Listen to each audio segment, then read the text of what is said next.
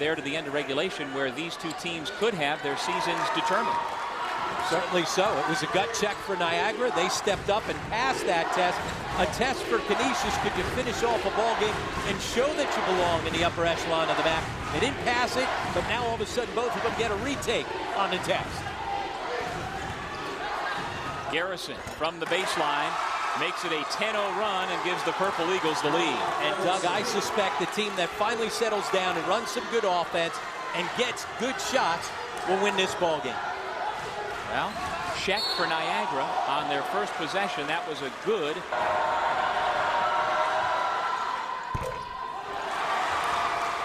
Empty possession for Canisius. Nelson, Ben, Garrison, Lewis, and Williamson on the floor for the Purple Eagles. And here's where Ben and Lewis need to attack and not settle.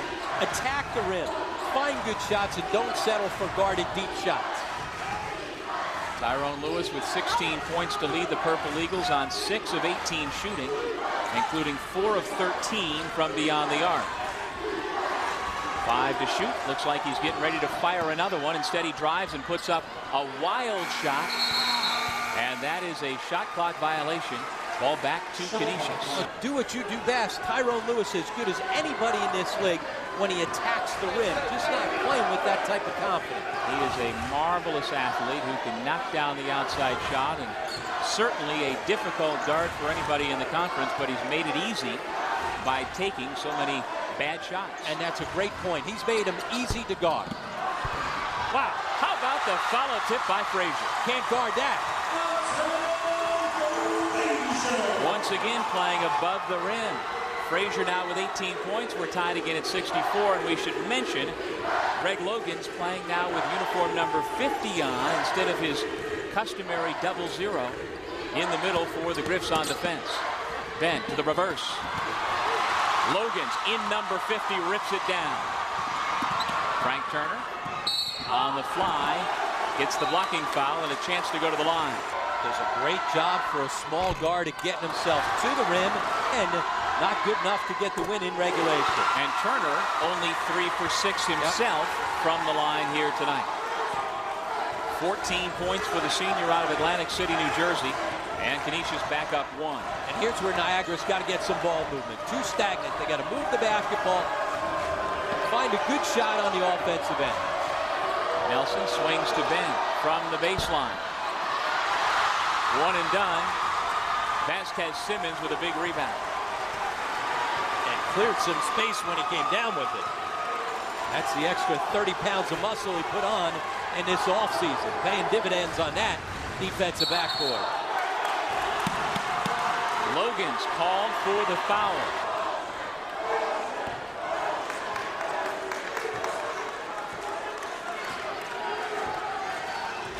Bilal Benner just misfired on Niagara's last possession, Rob. Only 1 of 8 from beyond the arc tonight. But he is spotting up out on the post. Now he cuts to the bucket, but the pass went off his knee. Canisius has it.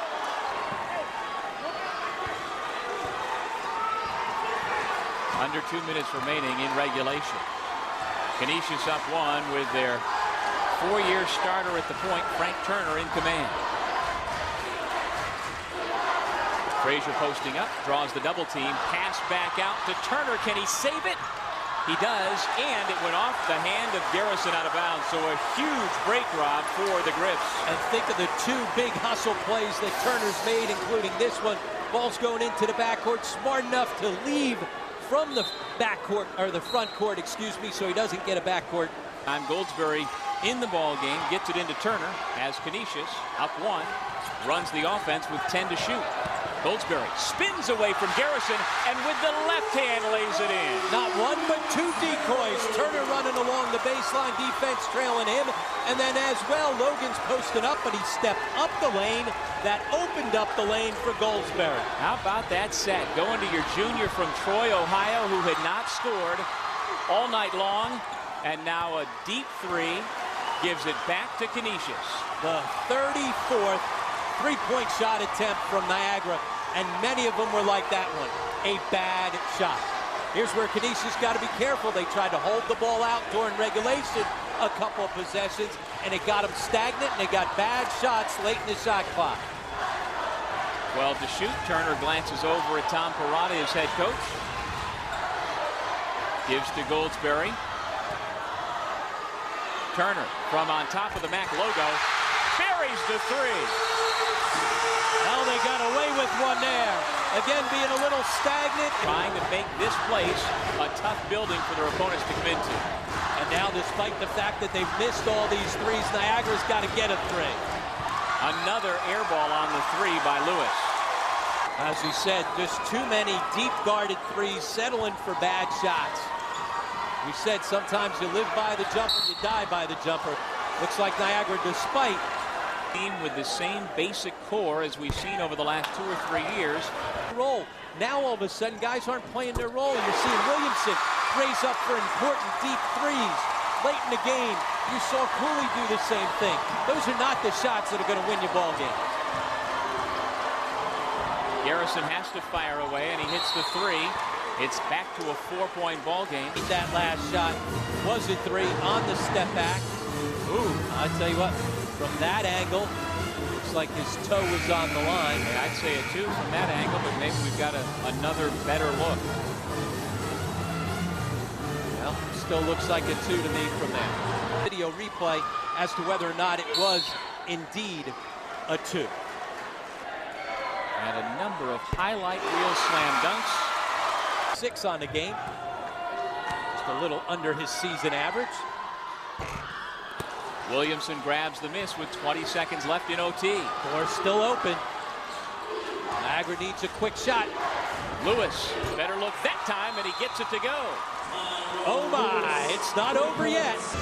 Oh, he's talking about game of inches. This one, you and I on the replay, looked like it was toe on the line. The officials didn't see it that way. That was a 3, their 8th of the game, and here's their 9th of the game. Lewis sitting down after he made it, trying to pick shots to get there. Well, now Niagara has to defend. And that's who I'd want the ball in his hand. As a team, just 8 of 15 from the line. Out remaining for either team is Turner. Can't make it a 2-possession game. So with a chance to tie, here come the Purple Eagles. Garrison guarded by Goldsberry. Fires it up. Short. 3 seconds to go. And the Canisius Golden Griffins win in overtime, 73-70. Well, they survived. They certainly didn't slam the door shut when they had an opportunity to finish the game off from the foul line. The 3-point shot shot him out of the game early, almost got him back in. Our final score in overtime, Canisius 73, Niagara 70.